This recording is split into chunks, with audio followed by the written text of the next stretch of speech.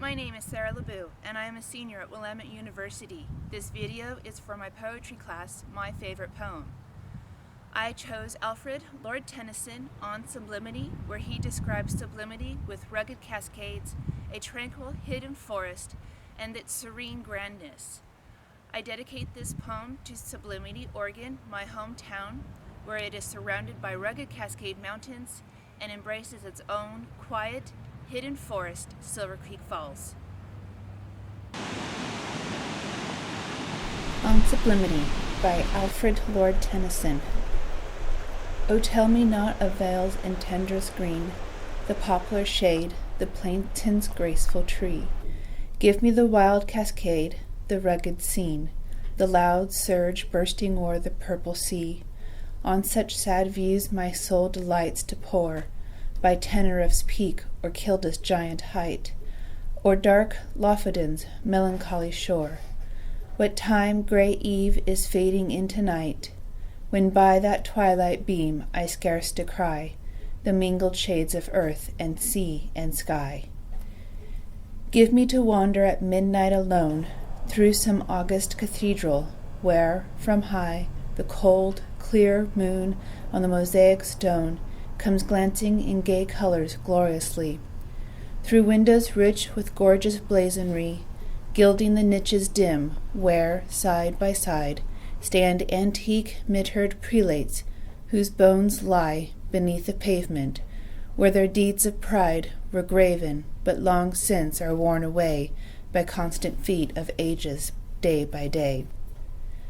Then, as imagination aids, I hear wild heavenly voices sounding from the choir, and more than mortal music meets mine ear, whose long, long notes among the tombs expire, with solemn rustling of cherubic wings, round those vast columns which the roof upbear, while sad and undistinguishable things do flit athwart the moonlit windows there, and my blood curdles at the chilling sound of lone, unearthly steps that pace the hollowed ground.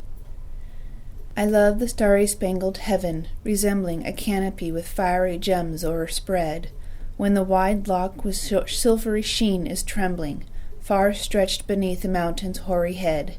But most I love the sky, when, dark with storms, it frowns terrific o'er this wildered earth, while the black clouds in strange and uncouth forms come hurrying onward in their ruinous wrath, and shrouding in their deep and gloomy robe the burning eyes of heaven in Dian's loose-hid globe.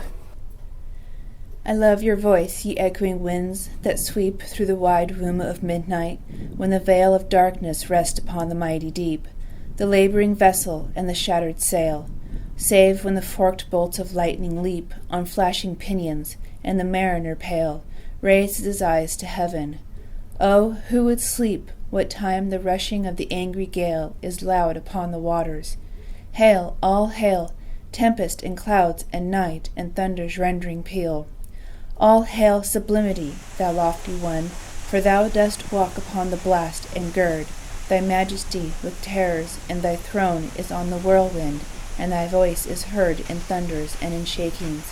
Thy delight is in the secret wood, the blasted heath, the ruined fortress, and the dizzy height, the grave, the ghastly charnel house of death, in vaults, in cloisters, and in gloomy piles, long corridors and towers and solitary aisles. Thy joy is in obscurity, and plain is not with thee, and on thy steps attend shadows but half distinguished, the thin train of hovering spirits round thy pathway bend, with their low tremulous voice and airy tread, what time the tomb above them yawns and gapes, for thou dost hold communion with the dead, phantoms and fantasies and grisly shapes, and shades and headless spectres of St. Mark, seen by a lurid light, formless and still and dark. What joy to view the varied rainbow smile on Niagara's flood of matchless might, where all around the melancholy isle the billows sparkle with their hues of light, while, as the restless surges roar and rave, the arrowy stream descends with awful sound, wheeling and whirling with each breathless wave, immense, sublime, magnificent, profound. If thou hast seen all this and couldst not feel, then know thine heart is framed of marble or of steel. The hurricane-fair earth to darkness changing, Kentucky's chambers of eternal gloom, the swift-packed columns of the desert ranging, the uneven waste, the violent simoom, thy snow-clad peaks, stupendous Gungotri, whence springs the hollowed Jumna's echoing tide, hoar Cotopaxi's cloud-capped majesty, enormous Chimborazo's naked pride, the dizzy cape of winds that cleaves the sky, whence we look down into eternity. The pillared cave of Morven's giant king, the Yawnar and the geyser's boiling fountain, the deep volcano's inward murmuring, the shadowy colossus of the mountain, Antiparos, where sunbeams never enter, loud Stromboli amid the quaking isles, the terrible maelstrom around his center, wheeling his circuit of unnumbered miles. These are sights and sounds that freeze the blood, yet charm the awestruck soul which dotes on solitude.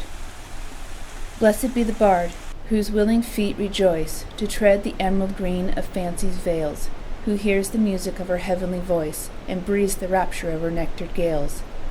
Blessed be the bard, whom golden fancy loves.